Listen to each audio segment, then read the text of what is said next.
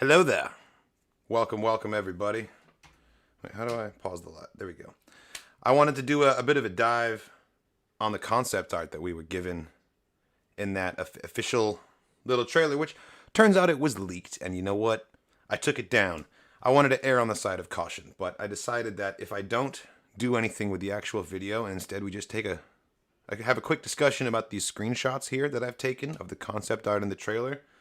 Well, that's a great way for us to still be able to, talk about this, generate some content, and actually have a good discussion because I'm so excited. I'm so excited about what I just saw, and it's really hard to gather my thoughts and articulate them correctly, but I don't regret posting the video. As soon as I found out it was a leak and I saw other channels receiving copyright strikes, I decided, you know what, I'm going to err on the side of caution. So I took the video down. Got about 2,000 views. I took it down. I might post it back in tomorrow. The thing is, with leaks, sometimes there is no statute of limitations. For example, Bendu and I both watched the sizzle reel for The Mandalorian. That was leaked from Star Wars Celebration the year before The Mandalorian came out, and it was the full scene of him not accepting the calamari flan from Grief Karga, walking down and having a conversation with not Carl Weathers, with Werner Herzog, the client. Someone periscoped it in the crowd, and Bendu and I watched it, and we reacted to it, and we posted the video. Well, fast forward years later, I tried posting that again after The Mandalorian was out and publicly available. It still got blocked. So it doesn't matter. If it's considered a leak, it's considered a leak. So I may not be able to post the video again tomorrow. And if that's the case, that's fine, because I'm pretty sure we're about to have a massive full-length Kenobi trailer to be sinking our teeth into, and no one's even going to remember the events of today, 'Twas the night before Disney Plus Day, etc. But thank you for joining me. I see I got 10 people watching right now. Go ahead and say hello in the chat if you're here. I'd love to hear from you. Let's take a look at this concept art, shall we? Because there's so much in here. There's so many clues. For example, we've got young Obi-Wan, old Ben, more like it, looking very grizzled over here. Big Ben, Needless Ron Deasy, hello there. Achiwapenki, if you will. Evac 12, Wanawanga. He's got some macro binoculars over here. He's got a gaffy stick in the background, if you notice, which means that he has dealings with the Tuskens, perhaps. It's always worth mentioning that you cannot take details from concept art and assume that there's some 1-1 translation into the final product. This is the artist's interpretation of the character. This is not the director's vision necessarily. So maybe there's some Tusken action where Obi-Wan communes with the Sand People. Maybe it doesn't happen. But either way, the inclusion of the gaffy stick is totally awesome here. Oh, Big Ben, thank you. I enjoy doing the reactions. So it sounds like everyone's having a good time. I love it. I like how he's a little bit older. I remember the next shot that we got was actually just a little closer up of him here. Oh, whoops! I didn't mean to press play. He's got some more color, some more gray going on in the beard. They've given him kind of like the pockets under his, they're definitely doing that that visual merging of Alec Guinness's face with Ewan McGregor's face. I wouldn't be surprised if they age him up somewhat more dramatically than what we're used to seeing of Ewan McGregor. It might not just be Ewan with gray hair. They might actually do something to his face here to make him resemble Sir Alec a bit more, and that could be kind of striking to see, especially if you're not expecting it in the film. Dude, trust me, bro, I'm going as in-depth as I possibly can here. One of the other things that screams out to me about this, and just the larger image itself, is the Mythos Obi-Wan statue. You guys know what I'm talking about? Here, you know what? Let me grab one. Mythos Obi-Wan. Look at this thing right here.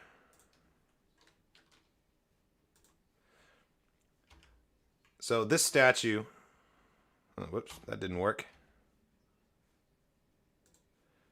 It's a famous piece, and it's just excellent. It's really, really cool. Got strong vibes of this. He's got his robes, they're tarnished. He's a little bit more disheveled. He's got the clone. He's got his clone armor actually on the backpack here. Oh yes, there you go. You can see a little bit of his Clone Wars pauldron right there. Couple little random pieces of equipment. He's got the long sniper of a Tusken here, and they've opted to give him the goggles. Yeah, there we go. There's that awesome shot of the backpack. Look. It's got his a long Tuscan rifle, his Clone Wars armor, a leather backpack, some grappling rope, like a rollout for sleeping. And this is honestly my favorite. One of my favorite of the things here is that his extra lightsabers, the lightsabers that don't belong to him necessarily, on his back. We've got Anakin and Qui-Gon, showing that in this supposition of Obi-Wan's hermitage years, he kept Qui-Gon's lightsaber for himself, which I think is kind of moving to think about. But to get back to what we were doing, that's just the first thing that came to my mind when I saw this concept art. Was like, oh, totally, it's totally like an homage to the Mythos. But of course, the Mythos sculpture was created because we're so obsessed with what was going on during that hermitage, those 19 years where he presumably did nothing. I think we're about to find out that he did a whole lot, honestly. Yeah, it looks great. So, this one's badass. This Clifton Wood, there's absolutely a way you can recommend a fan film. You can either tell me right now, for a better chance of me remembering, though, you can join the Kyle Katarn Discord server, to which there's a link in the description of this video.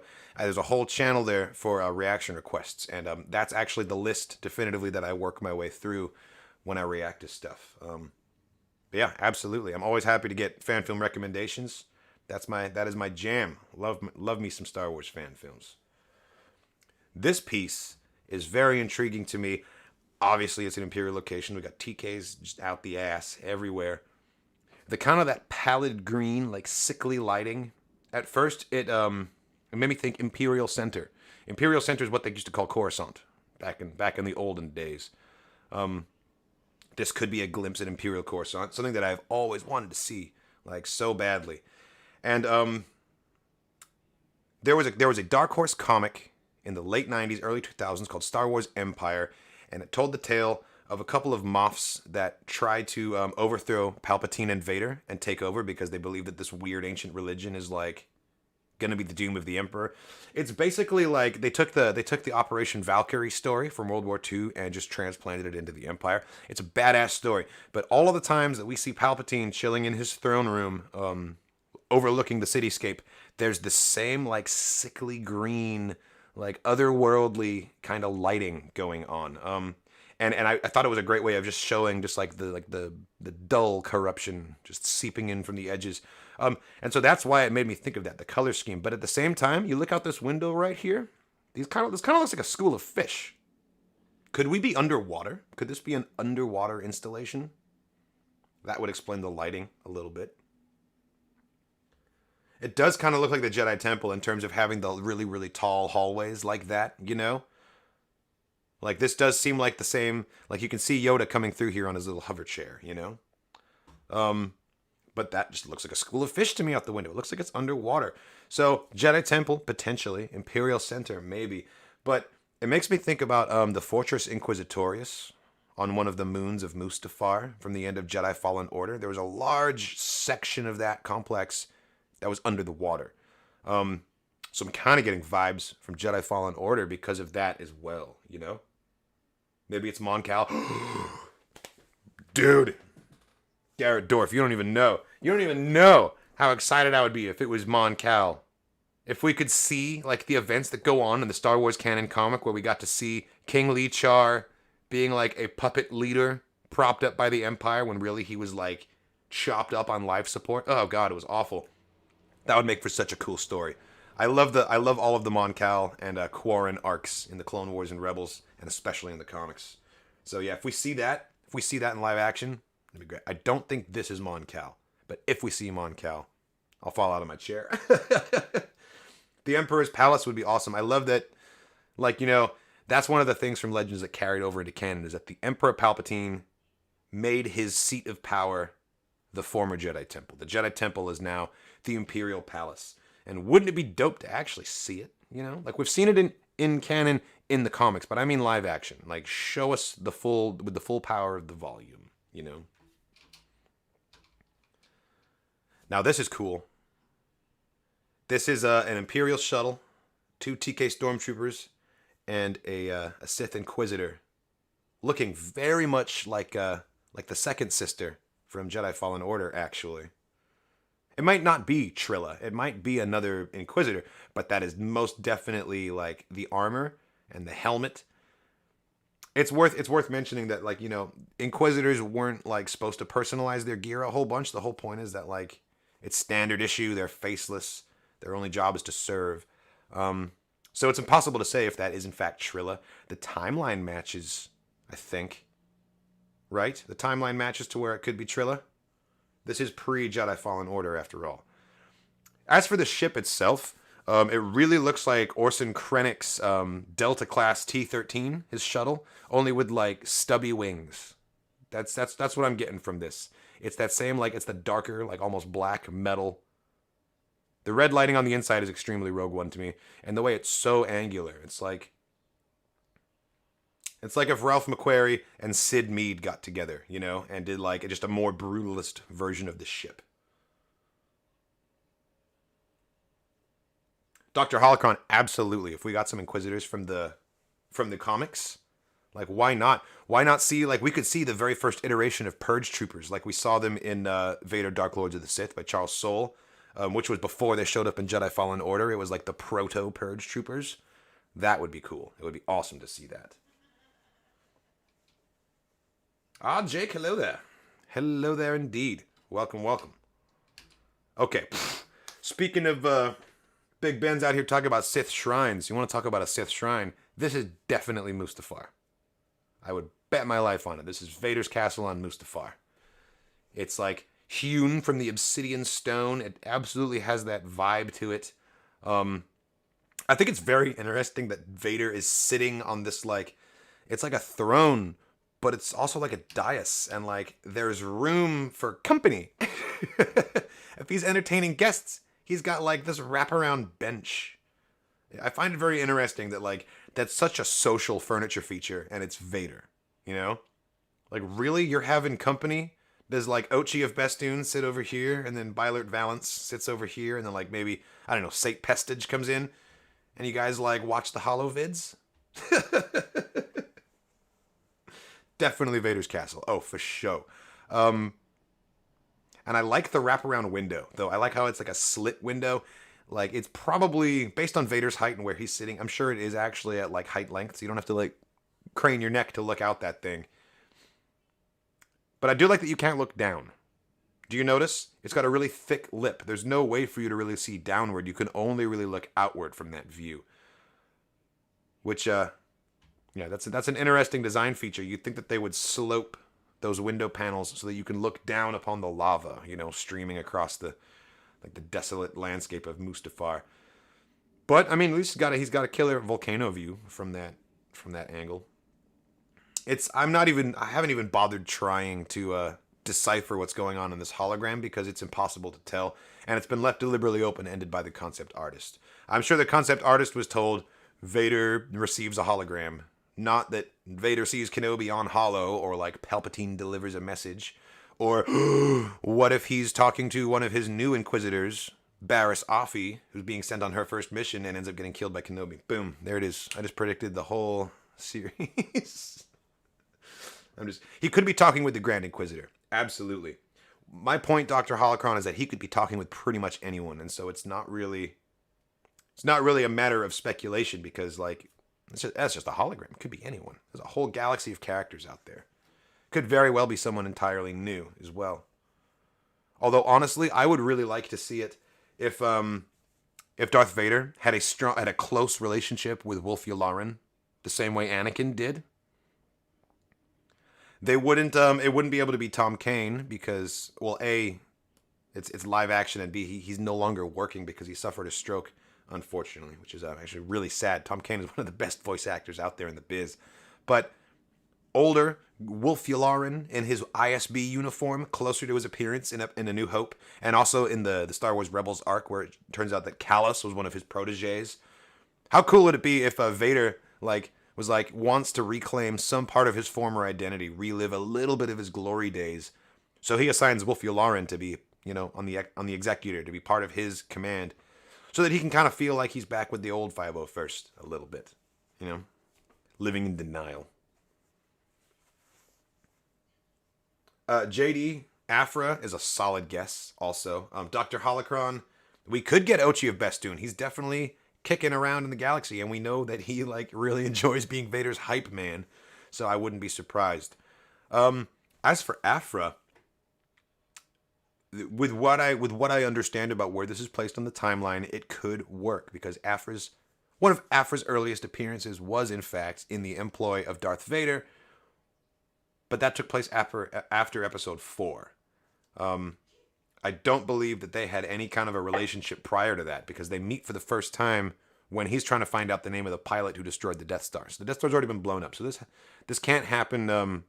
Afra could still be around. She could be active in this timeline. I just don't see her and Vader having any kind of one-on-one interaction before the events of Dr. Afra #1, which this would be before that. It could be Thrawn. It could be Thrawn to tie it into Ahsoka. Whoa, my God. What if our very first iteration of Lars Mikkelsen as Thrawn in live action was on a hologram talking to Hayden Christensen as Darth Vader? Like, I don't know how much more legitimizing in Star Wars it could get than that. Like, what? You got prequels Vader talking to new school canon Thrawn about Ahsoka? Like, oh, man. It could be. Oh, my. Hey, Clifton Wood, that's actually a really good point. What if Vader is just sort of like, he's one of those guys who he was defeated and he's just trapped inside his own psyche and he replays his defeat over and over and over again. And he's just sitting there watching the security cameras from Mustafar, you know? It's entirely possible. Or he could be watching security footage of himself killing younglings to further temper his path to the dark side, you know?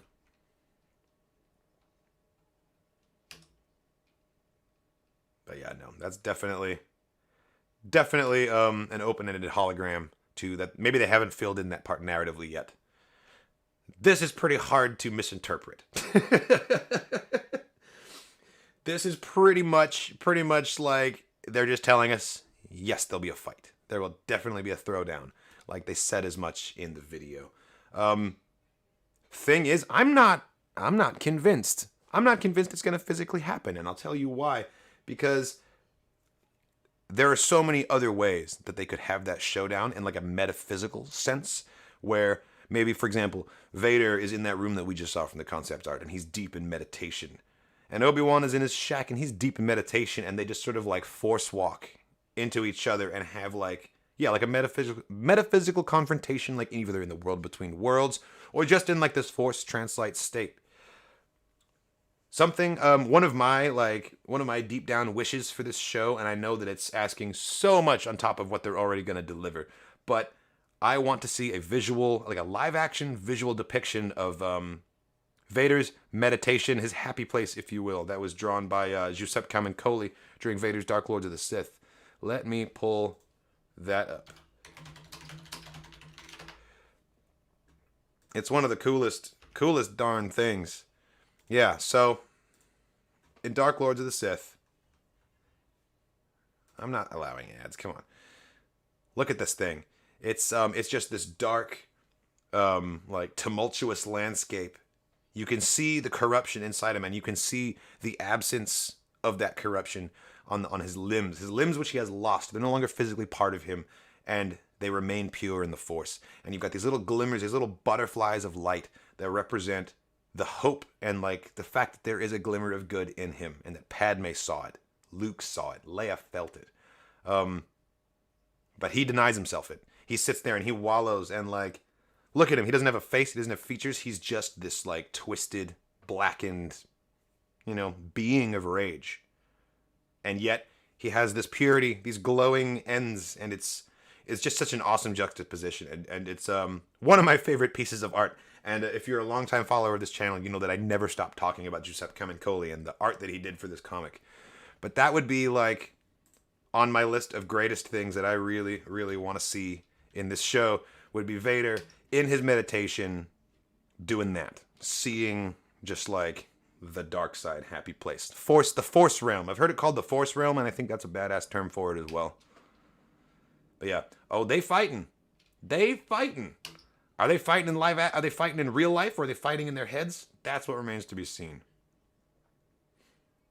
This piece right here, I really, really like it. It feels at the same time simultaneously like ancient.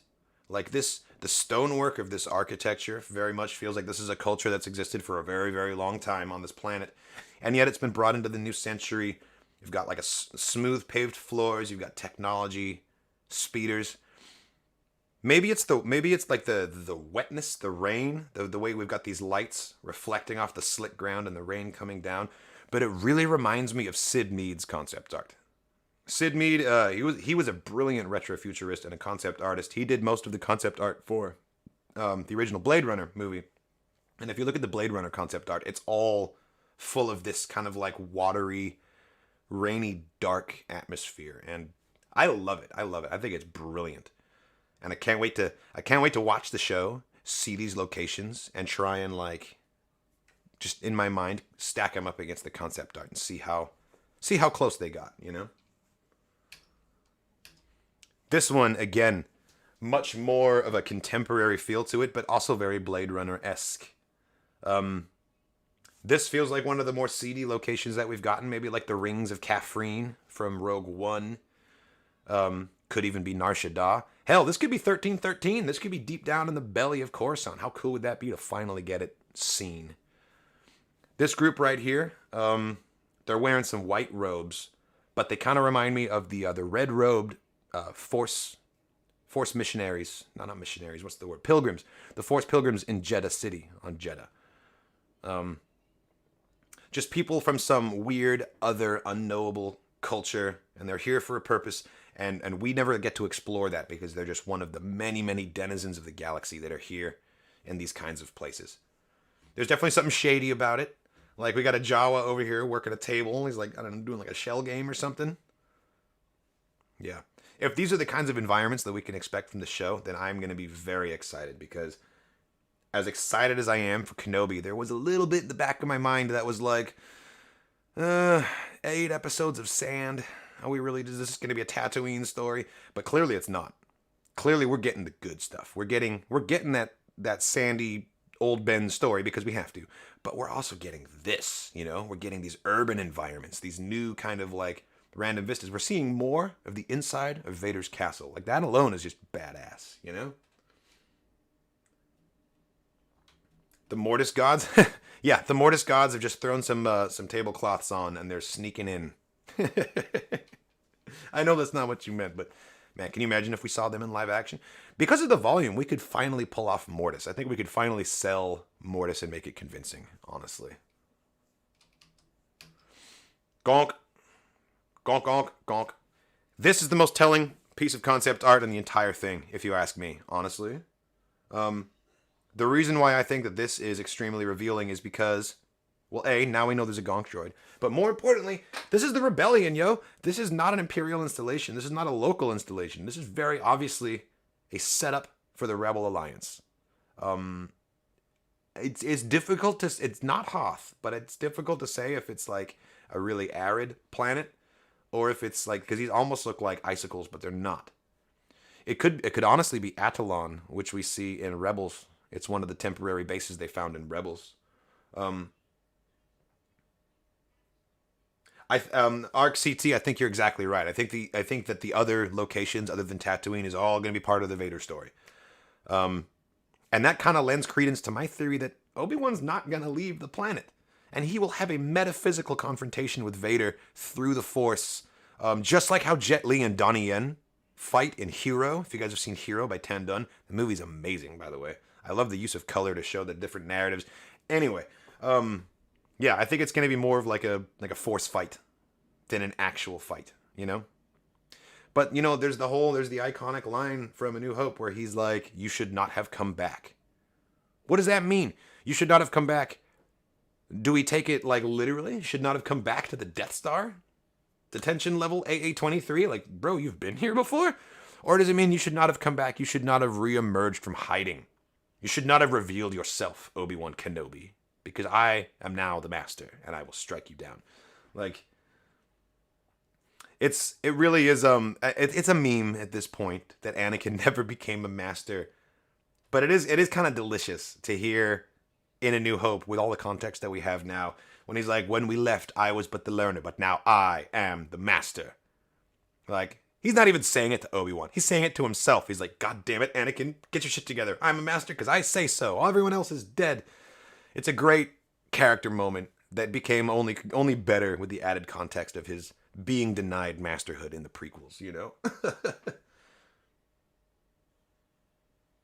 It could be Ordo Plutonia. See, this shot doesn't really give us much. It gives us the fact that we are using snow speeders. Technically, they're air speeders. This does not look like a person in the employ of the Galactic Empire to me. All of these people are wearing, like, different uniforms from each other. They're just, like, random mechanics, I think. I'm pretty sure that this is a little pocket of rebellion. Now, my question is this the centralized rebellion that we know and love from Rebels and from the originals, or is this a local resistance and we're going to get a glimpse of Vader doing his thing, and we're actually going to see Vader show up on a planet that has a fairly well-established rebellion, and Vader's just going to wreck it, just wreck house. And it has nothing to do with Kenobi whatsoever. Like, you might take this concept art and you might interpret it to be that, like, oh, look, Obi-Wan's going to get in touch with the rebellion because this is the Kenobi show and there's the rebellion. Well, what if no? What if this has nothing to do with Obi-Wan and this is Vader's story? We see Vader rooting out the seeds of rebellion in all these different places. This could absolutely be great. It's possible. I think that might actually be the way I would prefer for it to go. Because Obi-Wan lays low. If Bail Organa himself is like, Obi-Wan, we need you, buddy, that might get him out, and that's kind of what got him to emerge in 4. But short of that, I don't think he's going to risk the Chosen One. He's not going to do it. He won't reveal himself. So I think that this is not an Obi-Wan thing. This is a Vader story. That's kind of my take on it. We'll see what ends up happening with it. And that's all the concept art that we got. It wasn't necessarily going to be the longest of streams here. I'm pretty sure I'm in the clear talking about this concept art with you guys because I'm not playing the video. The video that, although it was posted officially by Disney Plus, it is still considered a leak because we're not supposed to get it till tomorrow. It was posted on Disney Plus Southeast Asia, which is different release schedule apparently. I'm not quite sure how that works, but I cannot contain my levels of hype, you guys. Honestly, I think subconsciously I've been like not lying to myself, but like deluding myself and being like, oh, we're not really gonna get Ewan McGregor and Hayden fucking Christensen back on screen as their roles, like after 16 years. There's no way.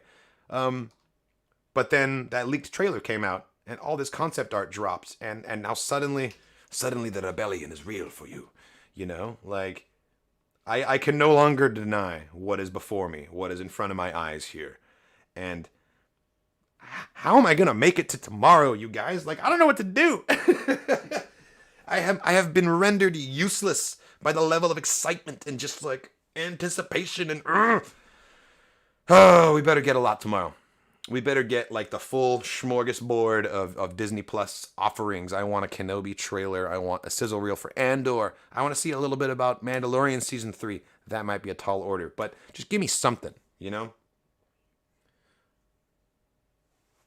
Alderaan would be great. I would love to see Alderaan too, and I wouldn't be surprised if they would save that as a surprise, since that's also one of those like coveted locations, you know.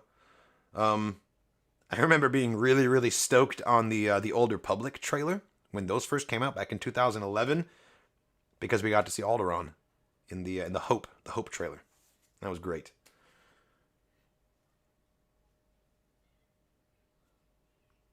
Same. It's hard to focus on it. Dude, right? Like, I had stuff I was going to do this evening. Like, forget about it. I guess I'm watching Revenge of the Sith again today. Like, I don't know what else to do. I've been just, like, I'm sleeping tonight? Forget about it. I'm on the West Coast, all right? So I'm in the Pacific Standard Time, and all of this Disney Plus nonsense is starting at 6 a.m. tomorrow for me. So I'm going to try and go to bed early, but how the hell am I supposed to sleep? Knowing that I'm going to wake up to Ewan and Hayden and all of this. Yeah. No, that's pretty much all I got for this. This was just a short, fun stream. I wanted to dive into the concept art with you guys and take a look. Thank you so much for joining me. This is really fun. I really like getting to share my excitement with other people who feel the same way, because I don't know a whole lot of Star Wars fans in real life, and so it's really nice to be able to like hang out with 75 people who think the same way that I do.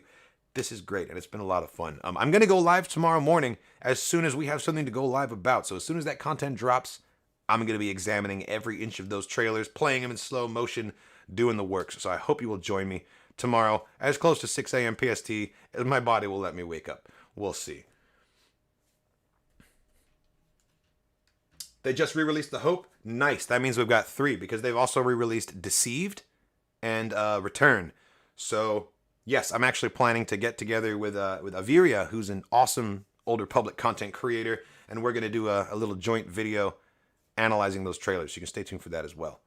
Awesome. Well, thanks for watching, everybody. I hope you enjoyed this little stream where we investigated everything going on here. And as always, may the Force be with you.